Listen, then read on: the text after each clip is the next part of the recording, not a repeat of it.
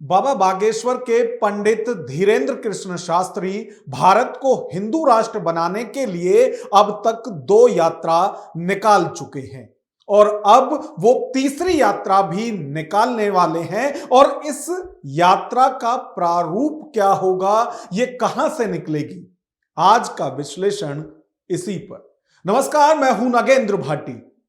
बाबा बागेश्वर के धीरेंद्र कृष्ण शास्त्री जो लगातार भारत को हिंदू राष्ट्र बनाने की मांग कर रहे हैं और इसके लिए वो बाकायदा 2 यात्रा भी निकाल चुके हैं और अब तैयारी तीसरी यात्रा की है।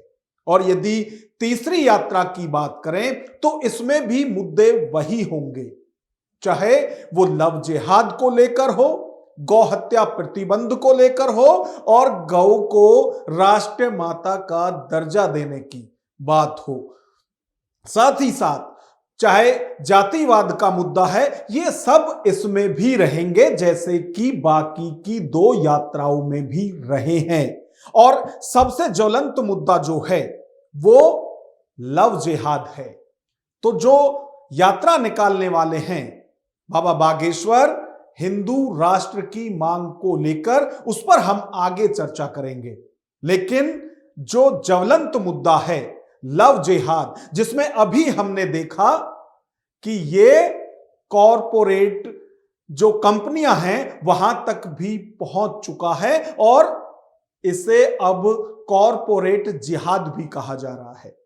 यानी जो गली मोहल्ले नुक्कड़ में देखा जाता था, कॉलेजों तक भी देखा जाता था, वो लव जिहाद अब कॉरपोरेट जिहाद तक भी पहुंच चुका है, यानी इसमें बदल चुका है। और जो बहन बेटी हैं वो अब आईटी सेक्टर में भी सुरक्षित नहीं है, वहां भी उन्हें लव जिहाद का शिकार बनाया जा रहा है।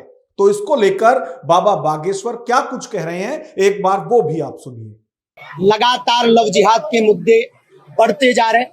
हमारे मध्य प्रदेश में भी लगभग 280 से ज्यादा मुकदमे 1 वर्ष में दायर हुए, जो बड़ा चिंतनीय विषय है, स्लो पॉइजन है, इसको नकारा नहीं जा सकता। निश्चित रूप से महाराष्ट्र में भी वो पैर पसार रहा, मुंबई हो, नागपुर हो, यहाँ भी वो अनेक रूपों में हमारी बहन बेटियों को लव जिहाद के लोग टारगेट कर रहे हैं। प्रेम करना गलत नहीं है, लेकिन प्रेम के चक्कर में अपनी अस्मिता, अपने संस्कार और संस्कृति का हनन करवाना सबसे बड़ा अपराध है। धर्म विरोधी ताकतें नाम बदलकर, भेष बदलकर लगातार लव जिहाद के पीछे पड़ी है। इसके लिए हम इस कथा में विशेष रूप से सनातनीय बेटियों को जागृत करेंगे कि बेटियों, तू दुर्गा बन, तू काली बन, पर कभी ना बुर्के वाली बन। बाबा बागेश्वर धाम पीठाधीश्वर यानी पंडित धीरेंद्र कृष्ण शास्त्री ने अभी आरएसएस के एक कार्यक्रम में 4 बच्चों को लेकर एक बयान दिया था, जिस पर लगातार लोग सवाल उठा रहे हैं। उसको लेकर भी ना सिर्फ उन्होंने सफाई दी, बल्कि उन्होंने यह भी कहा है कि आगे आने वाले वक्त में वो भी गृहस्थ जीवन अपनाएंगे और जो वो दूसरों से अपील कर रहे हैं उस पर खुद भी वो खरे उतरेंगे। क्या कुछ कह रहे हैं 4 बच्चों पर उठे विवाद को लेकर, एक बार वो भी आप सुनिए। 4 बच्चों के बयान पर तो आप कहेंगे कि आपके तो बच्चे हैं नहीं है, उसको हम पहले ही जवाब दे दें कि आगे चल के हम भी गृहस्थ होंगे। और भगवान ने जितने चाहा ज्यादा से ज्यादा भारतीय हिंदुओं की जनसंख्या बढ़ाने में हम भी योगदान देंगे। दूसरी बात, 4 बच्चे पैदा करो, 1 बच्चे स्वयंसेवक, राष्ट्रीय स्वयंसेवक संघ को समर्पित करो। इसके पीछे का उद्देश्य ये है, राष्ट्रवादी बनाओ। चाहे वो आप राष्ट्रीय स्वयंसेवक संघ को समर्पित करो, चाहे देश की आर्मी को समर्पित करो, अथवा कलेक्टर बनाओ, मास्टर बनाओ, पर उसको विचारधारा कट्टर सनातनी रखो, राष्ट्रीय स्वयंसेवक संघ की तरह, ताकि वो जहां भी रहे वो वहां भगवा ध्वज लहराता रहे और हिंदुत्व का प्रचार प्रसार करता रहे। आमतौर पर साधु संत या फिर जो कथावाचक हैं उनको लेकर ये सवाल उठाया जाता है कि ये लोग दूसरों को मोह माया से दूर रहने का प्रवचन देते हैं और खुद माया जाल में फंसे हुए हैं। इस पर भी धीरेंद्र कृष्ण शास्त्री ने अपने तरीके से जवाब दिया है। तो इस पर बाबा बागेश्वर का कहना है कि बागेश्वर धाम में जो भी चढ़ावा आता है उसको वो सामाजिक कार्यों में ही खर्च करते हैं।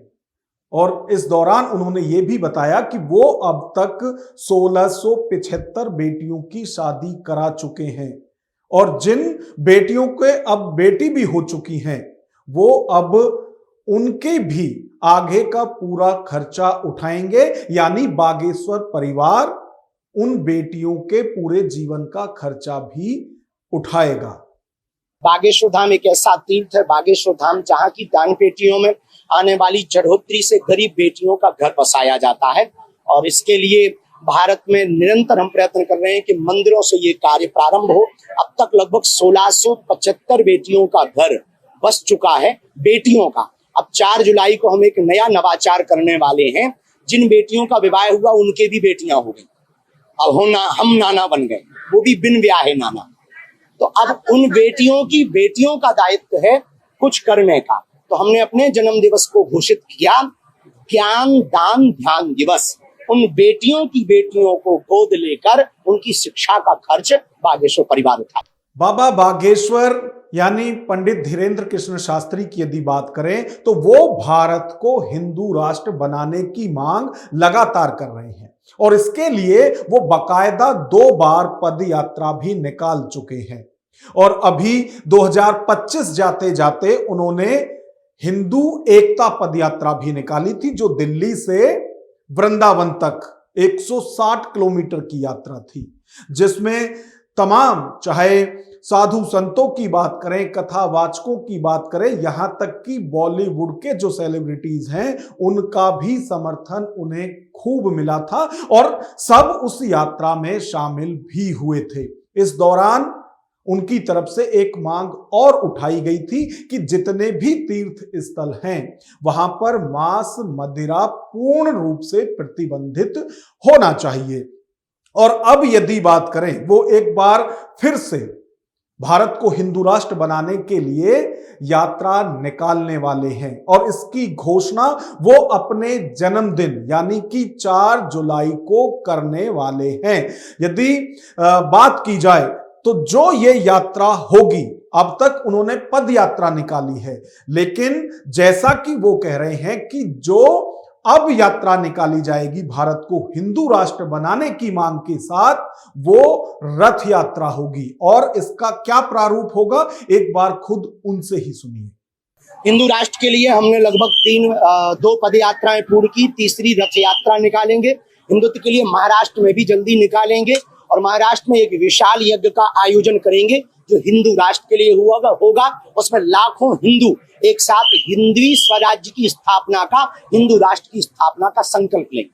बाबा बागेश्वर ने भारत को हिंदू राष्ट्र बनाने के लिए जब भी इस तरह की यात्रा निकाली है, चाहे वो पद यात्रा हो या फिर अब जिस रथ यात्रा की वो बात कर रहे हैं वो हो, जब भी इस तरह की यात्रा निकाली जाती है तो सवाल उठाया जाता है और दलील दी जाती है भारत के संविधान की।